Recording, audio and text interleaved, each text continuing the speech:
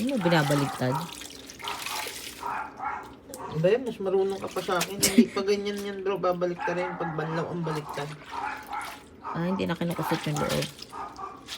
Ha? Hindi mo na kinukusot yung loob. Kasama na yun. Oh. Ano naman ito? Supervisor ako eh. Ang pagkusot yan, pag banlaw.